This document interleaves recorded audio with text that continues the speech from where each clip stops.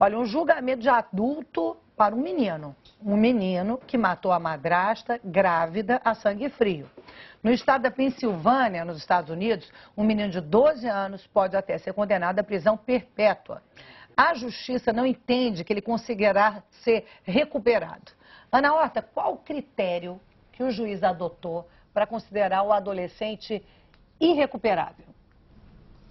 Olha, Maria, vamos começar falando um pouquinho do caso. Ele tem chamado a atenção porque, realmente, ele coloca em questão, né, todo o sistema judiciário. E, na verdade, o que acontece é que cada estado aqui tem o seu sistema e, na Pensilvânia, crianças ou adolescentes acusados de assassinato, eles são automaticamente considerados como adultos para efeito do processo judicial.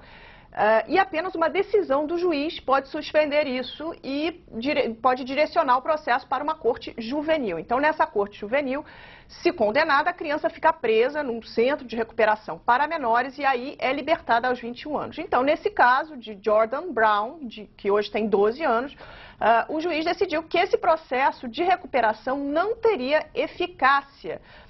Porque durante as audiências o Jordan não se declarou culpado nem mostrou nenhum sinal de arrependimento. Então, portanto, ele vai ser julgado como um adulto e pode pegar até a prisão perpétua sem possibilidade de condicional. Então, nunca nenhum estado americano, Maria, condenou até hoje à prisão perpétua uma criança tão nova. E ele cometeu o crime quando tinha 11 anos. Ele pegou uma arma de caça que o pai tinha dado para ele, foi no quarto onde a madrasta, que estava em fim de gravidez, estava dormindo, atirou na cabeça dela, depois pegou normalmente o ônibus para a escola e foi preso horas depois. E o bebê também morreu, Maria. Não, a história é realmente terrível, pesada, dividiu, Ana Horta, aqui os nossos internautas, sabe? Agora, o que a população, como a população aí, daqui a pouco eu vou dizer como é que os internautas aqui estão vendo esse caso, e como é que a população aí está vendo esse caso, Ana?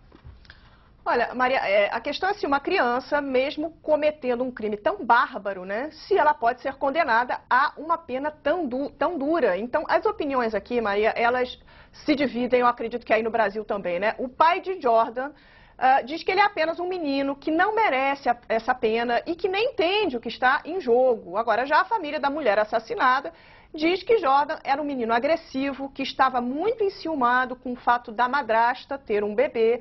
Agora, um argumento em favor de Jordan está no fato de pesquisas mostrarem que o cérebro das crianças ainda não está totalmente desenvolvido e que elas são mais impulsivas e não conseguem calcular o risco das próprias ações.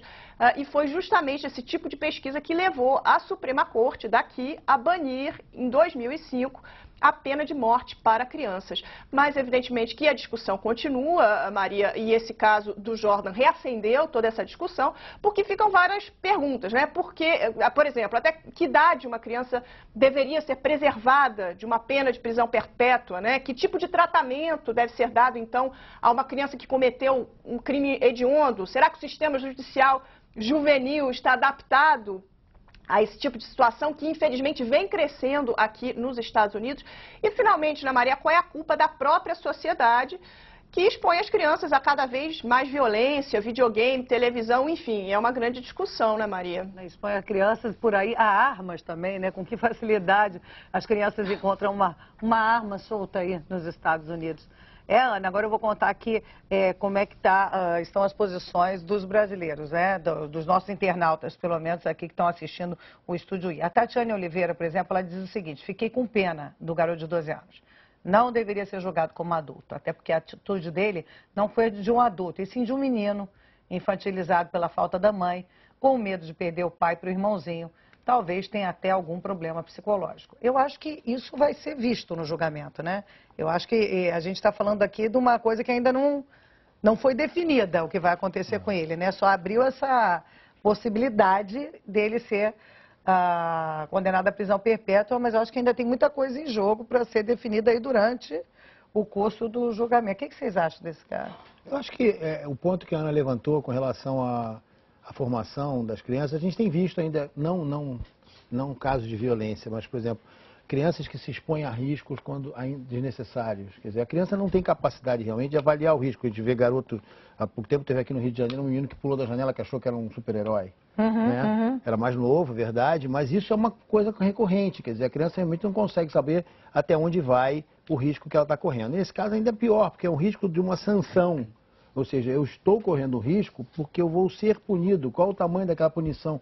Isso é complicado até para o adulto, às vezes, definir na sua própria cabeça, mas não para a criança. Agora, por outro lado, também é uma criança que estava acostumada a usar uma arma. Então ela sabia que a arma mata. Isso é uma loucura. Ela não tem essa desculpa de não sabia o que acontecia o pai quando... também tem a sua grande parcela. Numa história como essa tem que ir também. Teve uma falha aí grave no acompanhamento dessa criança. Mas esse pai não vai ser julgado, sem dúvida nenhuma. Mas deveria, né? Mas como é que imputar a culpa no pai aí no julgamento? É difícil. Não, eu formação concordo. de quadrilha. Formação de quadrilha. Mas é uma cultura. A Pensilvânia é um estado que tem não sei se é na área rural, mas tem uma área rural muito grande e tem uma cultura de uso de arma muito grande, caça. Mas enfim. não são todas as crianças todos os dias que ficam dando tiro na cabeça da madrasta. Não, e tem o que muita gente fala, né? Exatamente. Não é arma que ela tira sozinha, né? É uma atitude completamente marginal. A família foi bastante negligente. Muita gente acha assim, olha, a criança hoje de 14 anos é o sujeito de 20 anos do passado. A sociedade mudou muito também, né? Essas crianças têm acesso a muito conhecimento. Talvez o cérebro não esteja totalmente desenvolvido. Olha, a Luciana Brito diz o seguinte, acho que esse exemplo dos Estados Unidos é importante para que a gente repense o modelo daqui. Como engolir que um dos assassinos de João Hélio esteja solto, porque na época era um menor de idade. Era um menor de idade, aí a gente já está falando de 16, 17 anos, entendeu? Ela falou assim, um menino de 14, 15, 16 anos, diz ela, né? Sabe o que está fazendo e pode se responsabilizar pelos seus atos. Que aqui no Brasil, lembrando, né?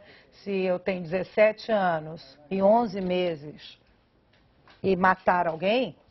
Continua sendo... Eu vou para a FEBEM até fazer 18 anos, ou até que alguém convença, invente uma brecha jurídica para eu continuar lá mais um tempinho, mas eu vou ser libertada.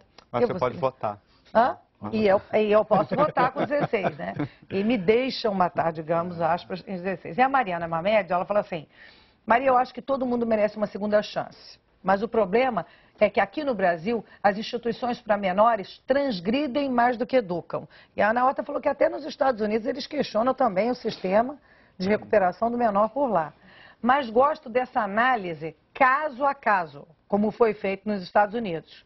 Se o juiz entende que aquele menino tem consciência dos seus atos, deve sim ser julgado como adulto. Né? Que na realidade a gente está falando aí de um julgamento, vão ser mostradas provas, consequências, certamente vão ser ouvidos médicos ou psicólogos, mas aquele juiz entendeu que ele pode ir para... Gente de 14 anos lá nos Estados Unidos já ficou para prisão perpétua, né?